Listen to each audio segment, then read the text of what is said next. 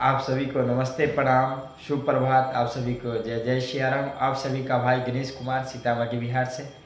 कैसे हैं आप सभी लोग? आशा करते हैं आप सभी लोग कुशल मंगल स्वस्थ होंगे और अपने अपने जीवन यापन में लगे होंगे। और मैं भगवान से प्रार्थना करता हूँ आप सभी सदैव खुश रहे और स्वस्थ रहे। आइए एक प्रभु श्री राम जी का गुणगान करें। शुभ शुभ।